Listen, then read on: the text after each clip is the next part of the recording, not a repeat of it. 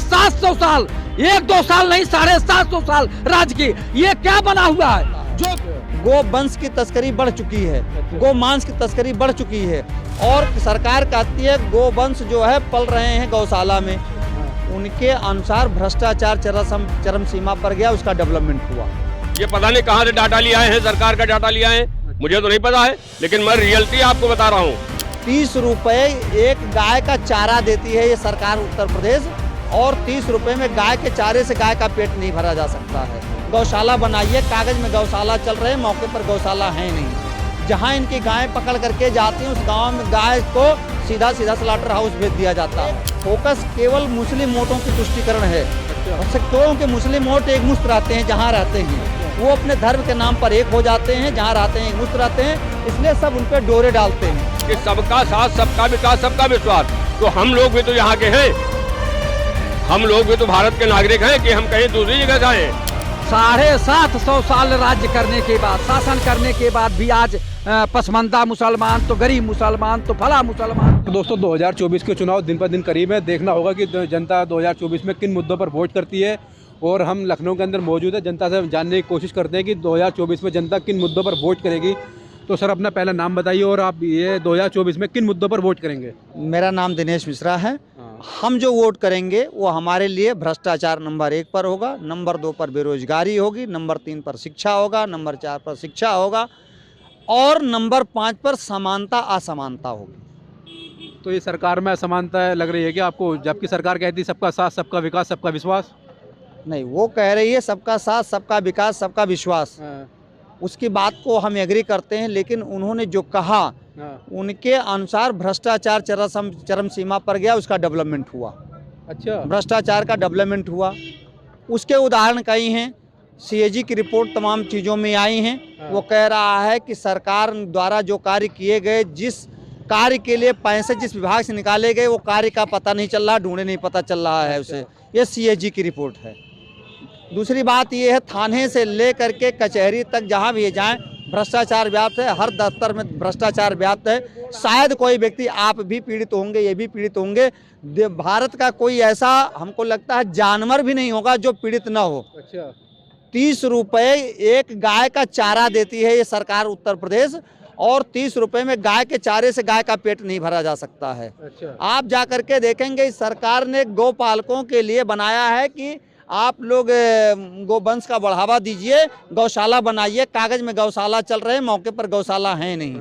जहां इनकी गायें पकड़ करके जाती हैं उस गांव में गाय को सीधा स्लाटर हाउस भेज दिया जाता है। अच्छा। गो वंश की तस्करी बढ़ चुकी है। अच्छा। गो मांस की तस्करी बढ़ चुकी है और सरकार कहती है गो वंश जो है पल रहे हैं गौशाला में। अच्छा। तो जो गौशाला में गोवंश पल रहे हैं तो वो स्लाटर हाउस में कट कौन से रहे हैं? अच्छा, अच्छा, ये बताइए, देश की जो शिक्षा नीति है जिसके बारे में आप अभी चर्चा कर रहे थे जी, तो उसमें क्या खामी नजर आ रही है आपको? शिक्षा नीति में सबसे बड़ी खामी तो इस समय ये हो गई है कि लोगों को बिना पढ़े पैसा ले करके और एग्जाम दिला दिया जाता है, किताब रख के लिखवा दी जाती है। ना कॉलेज है, ना उसके टीचर हैं, संसाधन ही नहीं है, फिर भी फ्री में बट रही है, फीस ज़्यादा हो गई है और सर्टिफिकेट जो है बिल्कुल कूड़े के भाव मूंगफली के छिलके की तरह बिक रहे हैं।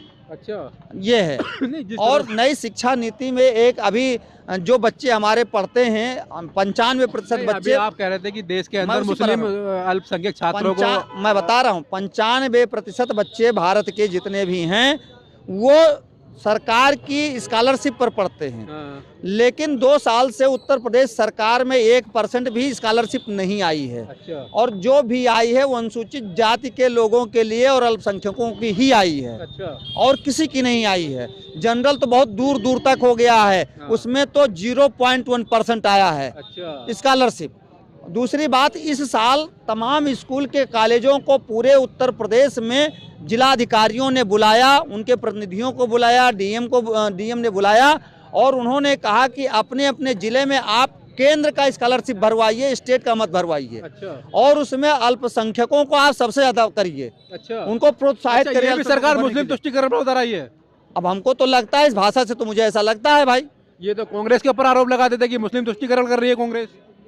अब वो राजनीतिक बात हम उस पर नहीं करने जाएंगे, लेकिन हमको जो लगता है भारत की समस्त पार्टियां जितनी हैं उनका एक फोकस केवल मुस्लिम वोटों की तुष्टीकरण है। अच्छा। और क्योंकि मुस्लिम वोट एक मुश्त रहते हैं जहाँ रहते हैं। अच्छा। वो अपने धर्म के नाम पर एक हो जाते हैं, जहाँ रहते हैं एक मुश्त रहते हैं, इसलिए सब उन पे डोरे डालते हैं। अच्छा। और ये जानते तो हैं मोदी जी ने भी मुसलमानों पर डोरे डालने शुरू कर दिए। मोदी जी तो जिस दिन प्रधानमंत्री बने उसके बाद पहला ही नियम लागू किया कि जो मुस्लिम की लड़कियां होंगी ग्रेजुएशन करके वो शादी करती हैं तो उनको 50,000 रुपए सगुन के तौर पर दिए जाएंगे। ये आदेश पहला जारी होता है। तो वहीं से लगता है कि मुस्लिम तुष्टीकरण वहीं से शुरू होती है। क्या ये सही कह रहे हैं? ये नहीं, हम वकील साहब की बात से 1% भी सहमत नहीं हैं और ये 2 साल की बात कर रहे हैं। और मैं 2017 जब से उत्तर प्रदेश के अंदर माननीय योगी आदित्यनाथ जी मुख्यमंत्री बने, अभी बात जहां अल्पसंख्यकों की हो रही थी तो अल्पसंख्यक सिर्फ मुसलमान नहीं है, उसमें जैन हैं, सिख हैं, ईसाई हैं। लेकिन मैं ये जानता हूं कि जितने उत्तर प्रदेश के अंदर अनुदानित मदरसे हैं शिक्षा परिषद द्वारा, उनमें आज तक किसी भी बच्चे के स्कॉलर नहीं आई है, समझ रहे हैं। और जो मदरसों के अध्यापक हैं, टीचर हैं, उनको सैलरी नहीं मिल पा रही मौके पे। अच्छा। समय पे सैलरी नहीं मिल पा रही। तो हम ये नहीं जान पा रहे हैं कहाँ से भाजपा सरकार तुष्टीकरण की राजनीति कर रही है। लेकिन आज जो देश के अंदर जितनी भी पार्टियां हैं, नहीं, इनका कहना है कि मुसलमान बच्चों को स्कॉलरशिप मिल रही है, बस कतई नहीं मिल रही है। मैं इनकी बात से 1% भी सहमत नहीं हूँ, कतई नहीं मिल रही है। नहीं मिल रही है। वो कह रहे हैं ना, आप डेटा उठाइए गवर्नमेंट के उससे जाकर के अभी स्कॉलरशिप की डेटा मैं जान रहा हूँ लखनऊ के अंदर और सीतापुर हो, चाहे बहराइच हो, गोंडा हो, बलरामपुर हो, सैकड़ों मदरसों में आपको हिस्ट्री अभी बता दूंगा। एक नहीं, सैकड़ों मदरसों की जो रजिस्टर जिनको हमेशा से मिलता था उनको नहीं मिल रहा है। ये पता नहीं कहाँ से डाटा लिया है, सरकार का डाटा लिया है, मुझे तो नहीं पता है, लेकिन मैं रियलिटी आपको बता रहा हूँ। इस तरीके का मामला है। लेकिन जो सही बात है उसको आप मानिए, आज देश के अंदर जितने भी राजनीतिक दल हैं, सारे लोगों को इच्छा ये है कि मुसलमानों का वोट चाहिए, मुसलमानों का वोट तो चाहिए, लेकिन इनका कोई काम नहीं करेंगे। इस तरीके की जब मंशा हो जाएगी तो रहे मोदी जी तो रहे 50,000 भारतीय जनता बिल्कुल गलत है, कहीं नहीं है, एक ला के दिखा दे।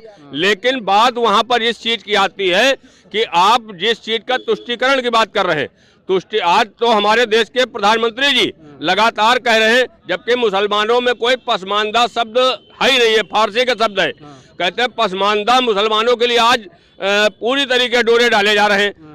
तो हर राजनीतिक दल की जिम्मेदारी होती है कि अपने को वोट बैंक मजबूत करे। कौन कितना उनके पास जाता है वो वक्त बताएगा। लेकिन जहां तक भारतीय जनता पार्टी की सरकार ने ये कहा था कि सबका साथ, सबका विकास, सबके विश्वास की बात करती है, तो वहां पर जब बदले की भावना कोई होती है तो वहां से दिक्कतें पैदा होती हैं। इस वजह से आपके चैनल पर मैं जिम्मेदारी के साथ में कह सकता हूं कि आपने जब सरकार में आए थे तो ये आपने नारा दिया था कि सबका साथ, सबका विकास, सबका विश्वास। तो हम लोग भी तो यहाँ के हैं, हम लोग भी तो भारत के नागरिक हैं कि हम कहीं दूसरी जगह से आए। लेकिन आप जब ईमानदारी से और निष्पक्ष होकर के कोई कार्रवाई करेंगे तो उसका परिणाम दूसरा होता है। भैया अभी हमारे बड़े भाई बोल रहे थे, हम तो उस पर कोई 750 साल राज्य करने के बाद, शासन करने के बाद भी आज पसमानदा मुसलमान तो गरीब मुसलमान तो फला मुसलमान। पंडित जी का कहना ये है कि मोदी सरकार मुस्लिम तुष्टीकरण पर उतर आई है, के बाद भी आज तक उद्धार नहीं हुआ। तो ये 70 सालों में क्या उद्धार हो गया? 75 सालों में 750 साल जिन लोगों ने शासन किया आज भी वो गरीबी, बेबसी, लाचारी के शिकार हैं, तो कैसे उद्धार होगा? कौन उद्धार करेगा 70 साल में? देखिए आप बताइए, 20 साल के अंदर भी बहुत कम्युनिकेशन गैप पैदा हो जाता है। आप कैसी बात कर रहे हैं? 700 साल उन्होंने शासन किया, 70 साल में कैसे पीछे हो गए? 20 साल काफ़ी है। अगर एक पीढ़ी शिक्षित हो जाती है तो वो समुदाय पीछे चला जाएगा।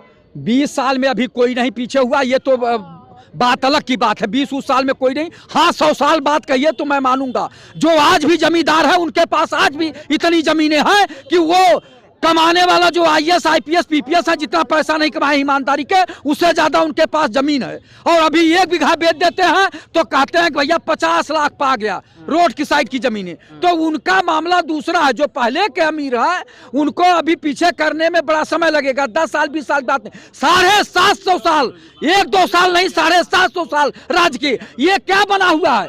जो जो आज के शासन वाले बना रहे हैं पत्थरों वाला, वही चीज उन लोगों ने भी किया। पत्थर का गुम्बद, तो पत्थर का जो है किला, तो पत्थर का क्या क्या नहीं बनवाए।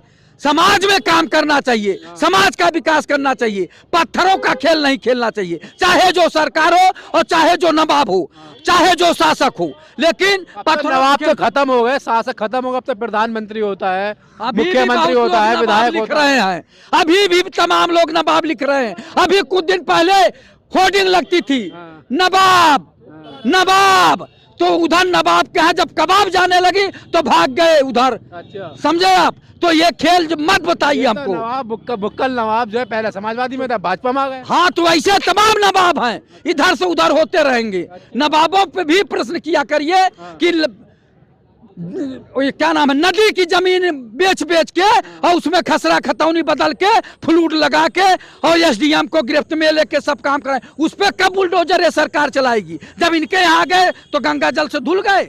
सब पे समान कार्रवाई होना चाहिए, किसी जाति धर्म का हो।